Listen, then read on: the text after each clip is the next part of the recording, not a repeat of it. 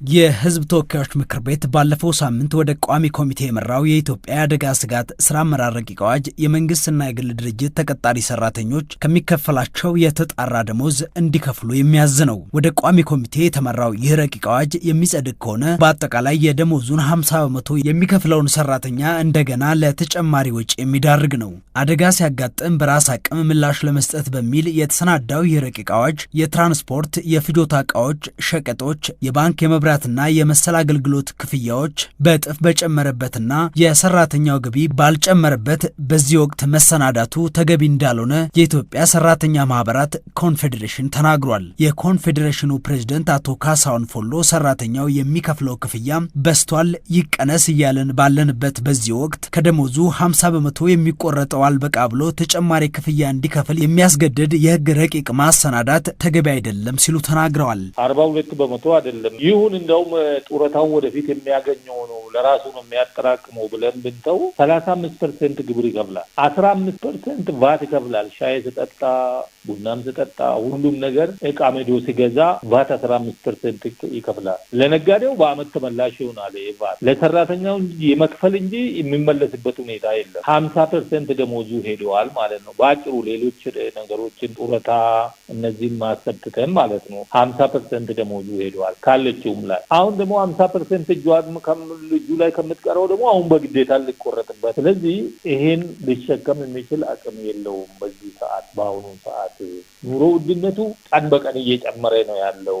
ስለዚህ መንግስት ይሄን ሊያይ ይገባል፣ ይሄን በትክክል ሊገነዘብ ይገባል የሚል እምነት አለን። የአደጋ ስጋትን ለመቀነስ መስሪያ ቤቱ መቋቋሙን እንደሚደግፉ የተናገሩት አቶ ካሳሁን ፎሎ ከሰራተኛ ይቆረጣል የሚለው ላይ ግን ቅሬታ አለን ብለዋል። ለውጭ ግንኙነትና ለሰላም ጉዳዮች ቋሚ ኮሚቴ የተመራው የአደጋ ስጋት ስራ አመራር ረቂቅ አዋጅ የገቢ ምንጩ ዝርዝር ላይ ያካተተው የመንግስትና የግል ድርጅት ተቀጣሪ ሰራተኛ የሚለው እንዲወጣ ኢሰመኮ ጠይቋል። ምክንያቱ ደግሞ ሰራተኛው ያለበትን የኑሮ ሁኔታ ያላገናዘበ በመሆኑ ነው ብሏል። ሰራተኛው ኑሮ ከብዶት የጠየቅናቸው ጥያቄዎች አሉ። እነዚህ ጥያቄዎች ምላሽ አላገኙም። ስለዚህ ከመንግስት ሰራተኛና ከግል ሰራተኛ በግዴታ ይቆረጣል የሚለው ለጊዜው ቢቆይ ካለው ኑሮ ውድነት አንጻር ከሌሎች አገልግሎቶች ላይ የተቀመጡትም ራሱ ውስጡ ስላለ ስለሚከፍል ማለት ነው። ስለዚህ ይሄ ታሳቢ ያደረገ ቢሆን ጥሩ ነው። ከዚህ ውጪ ሰራተኛው ይሄን በአሁኑ ሰዓት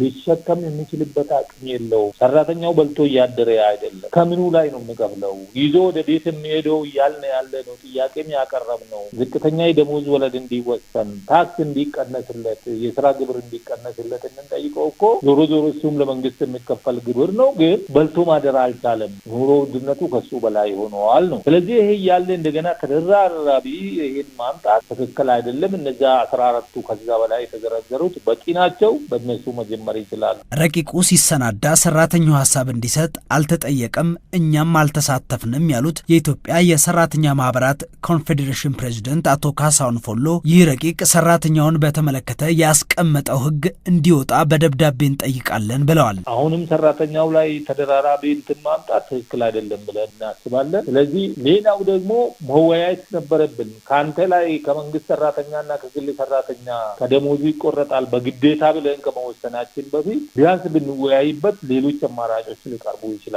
ወደ ሰራተኛው ሳይት ልክ ከላይ የተቀመጡም አማራጮች አሉ። እነዛን አማራጮች ኤግዞስት አድርጎ መጠቀም እንጂ ማወያየት ነበረባቸው። ሰራተኛው የግል ሰራተኞች ተደራጅተው ነው ያሉት፣ የመንግስት ልማት ድርጅቶች ተደራጅተው ነው ያሉት። ሲፒኤ ብቻ ነው ያልተደራጀው እንጂ እነዚህ ተደራጅተው ነው ያሉት። መምህራን ማህበር ተደራጅተው ነው ያሉት።